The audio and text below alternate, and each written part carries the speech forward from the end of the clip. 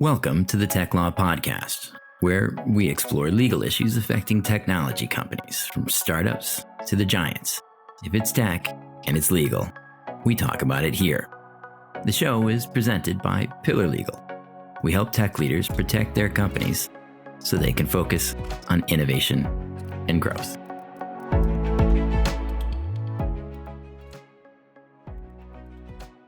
Hello, and welcome to the show. I'm your host, Greg Pillarowski, founder of Pillar Legal. Today's topic is, where should I incorporate my foreign-owned U.S. subsidiary? So this topic, it's not really a tech startup topic. It's more a topic for U.S. market entry. So when a non-U.S. company or business is setting up its wholly owned subsidiary in the United States as part of an effort to expand into the U.S. market. So in that context, you have to face the question of, where do I set up my U.S. sub? A lot of people think, well, obviously I should set up in Delaware because that's what the Americans do. All their tech companies are set up in Delaware. So of course I should set up my subsidiary in Delaware as well. Not true. The short answer to where you should set up, our recommendation is that you set up your U.S. subsidiary wherever it is that you're going to have your main base of operations in the United States. Now let's unpack that and figure out why that's our recommendation. So Delaware, the advantages that it has, as outlined in some of our other podcasts and FAQ responses, is that the corporate law in Delaware is very well developed. It's been the center of corporate law and where most of our corporations are established for years and years and years. There's specialized courts. There's a lot of precedents. There's a lot of predictability in terms of what would happen if there's a dispute between shareholders and the company, between shareholders in management of a Delaware company. So that's great if the parent company is in Delaware. That kind of certainty, really helpful. But if the Delaware company is a subsidiary of a foreign company, somebody set up in Cayman, set up United K, France, China, Hong Kong, wherever, if you have that corporate law dispute, something between your shareholders and the company, or between the shareholders and management, that dispute is going to be under the law and in the jurisdiction of that parent company. It's not going to be at the subsidiary level. It would be pretty unusual for a Delaware company that's 100% owned subsidiary to have that kind of internal dispute between its parent company, the sole shareholder, and the management of the Delaware company. Is it hypothetically possible? Sure. But in general, the advantages that Delaware offers as a parent company for a U.S. tech company, those same advantages don't exist if it's a subsidiary for a non-U.S. foreign company. So you don't have to go to Delaware. If you did go to Delaware and then you have your main operations somewhere else, say California, where we are here in Pillar Legal, then you'd need to register that subsidiary in California as well. And then you'd have to do two different filings every year, pay two different franchise taxes. It's the same situation for a U.S. tech company that sets up in Delaware but has its headquarters in California. It's a small amount of hassle for a U.S. tech company, but there's a big gain because that parent is in Delaware. But for a subsidiary of a foreign company, there's really no gain. So you're just adding on that extra layer of hassle, that additional registration for no real gain. And that's why we recommend that you set up your company wherever it is. It's going to be your main operation source.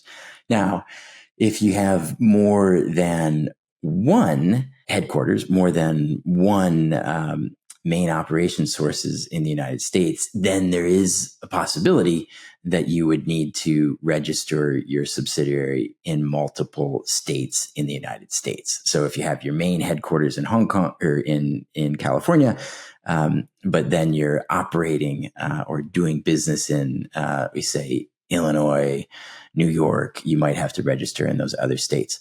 What normally triggers a registration requirement in those other states, there's a couple of things. This is state-based decision-making. So the standard for doing business in and needing to register in that state, it's different for every state, but there's generally a couple of triggers that would signal to you, perhaps I should look at this question with respect to this state. One is physical presence, another is employment activities, and then a third is large business operations. So under physical presence, if you have an office in a state, a warehouse, or retail locations, that will normally trigger the need to register with the Secretary of State in that state. Employment activities, if you hire employees in the state and you're hiring them directly, then that often triggers a requirement to register. Or if you have large-scale business operations, it's often a dollar threshold. Currently in California, it's $600,000 in revenue. Once you cross over that threshold of revenue from a particular state, then that generally requires you to register in that state, even if you're not incorporated in that state. What other things should I be thinking about if I'm setting up a U.S. subsidiary, I'm a foreign business, and I'm picking the location for that U.S. subsidiary?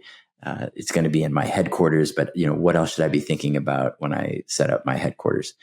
One is employment law and labor union activity. That's a little different in every state in the United States, in particular with respect to labor unions. Some of the more left-leaning Democratic states tend to have strong labor union protection rules. So that's California, New York, Illinois. Other states that are a bit more on the Republican, the red side, tend to have what we call right to work states, meaning that employees that work for a company that is organized and has a union, not everybody is required to join that union. So those right to work states tend to be less pro-labor, more pro-employer. Places like Texas, Florida, Arizona. If you have a large labor force or intend to have a large labor force in the United States, that can be a factor when you're thinking about where you want to set up. In addition, state level taxation is different in each jurisdiction. And that might be something that you'd want to look into depending on how your business functions. So some states in the United States do not have state level income tax, places like Wyoming, South Dakota, Nevada, Texas, I believe, Washington State. And so for employees that would be in that state and have high income, they might appreciate not having a state income tax. In addition, some states have more favorable franchise taxes that are not linked to the company's revenue, like Delaware, Texas. And so that can be something worth looking into when you're considering your headquarters. And there's other state tax matters like sales tax. Some states don't have any sales tax. So for retail sales, that can be helpful. And then some states offer tax credits for particular type of activity, like technology, film, renewable energy.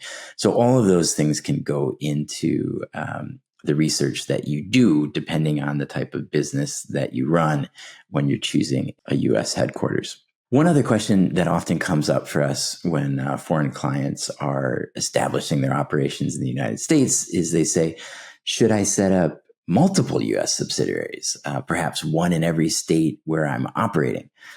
Generally, you don't have to do that. It's possible to just have one subsidiary and then register that subsidiary in each state where you're doing business based upon whether or not you've hit those triggers.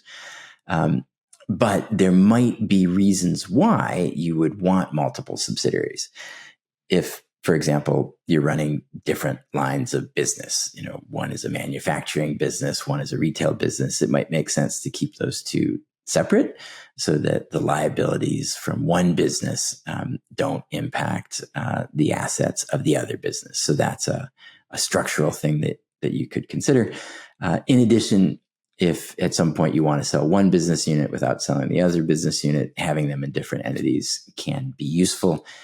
And then in certain businesses, in particular real estate, you often see one subsidiary for each real estate assets that's held, again, to try to isolate that liability. So different factors can go into it, but it's certainly not required. You don't have to have a subsidiary in each state that you're operating or for each business that you're operating. So I hope that's helpful. I think the key takeaway here is you don't have to go to Delaware to set up your U.S. subsidiary. It's much better to, in general, go to the state where you're going to have your headquarters and your main operations.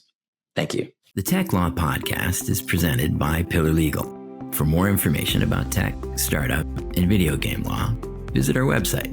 Follow us on LinkedIn, Spotify, Apple Podcasts, or YouTube. Links are in the show notes. And now for the legal stuff. We are lawyers, after all.